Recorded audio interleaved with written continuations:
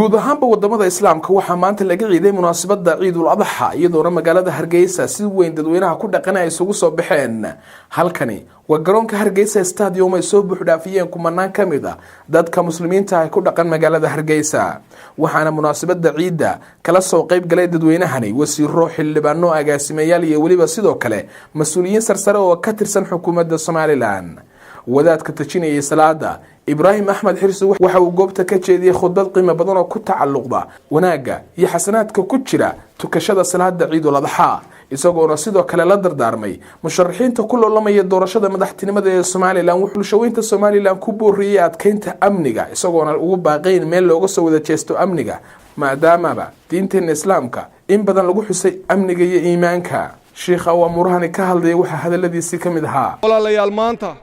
Somaliland إلهي أمان بوسيي إلهي سبحانه وتعالى نعمديسي وأوسو جلابي إلهي سبحانه وتعالى يضكونا ياشا وحكا عايا إنو كور هينو أيا إنك إلهي أمني نسيي ساعد الله لي ساعد دونتو أيا دي إلهي عابو ديسا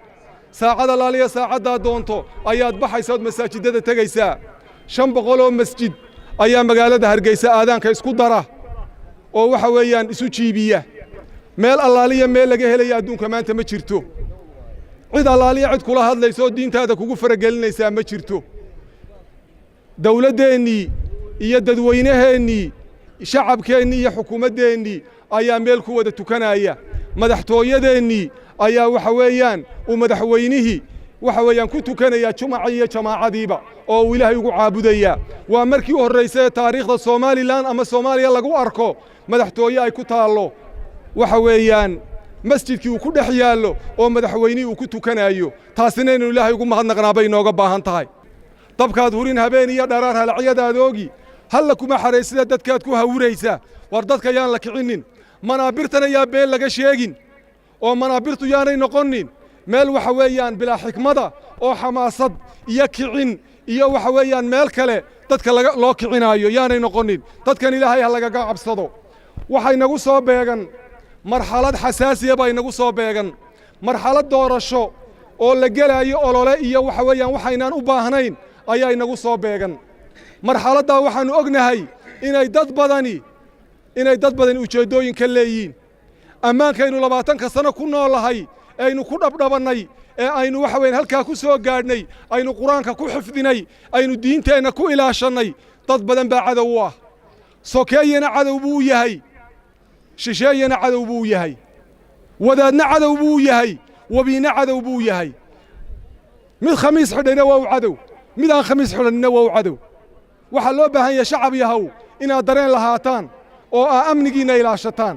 oo waxa weeyaan u soo wada jeedaan oo waxa weeyaan aynu waxa weeyaan ammaankeena ilaashano ayaa loo baahan yahay intaas kadib telefishinka caalamiga ah Ariel TV waxa uu mikrofoonka la dhex qaaday dadweynihii tukanayay salaada ciidul adha isagoona weydiiyay dareenkooda ku aadan maalintan qiimaha badan walaal magacaaga walaal waa Mubaarak Rashid Ciise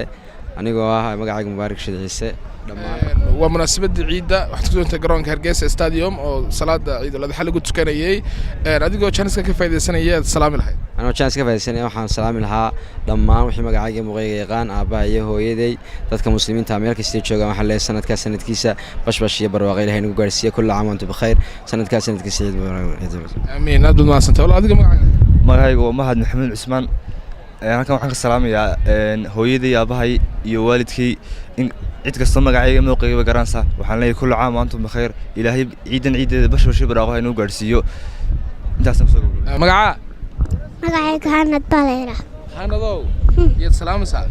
bartana waxaan ka salaamayaa hooyaday aabahay adeerkay maamaday eedaday abtiyaashay bartan ciid mubaarak Sakariya Sudeys iyo Cabdiraxmaan Daacad telefishinka Ariel magaalada Hargeysa.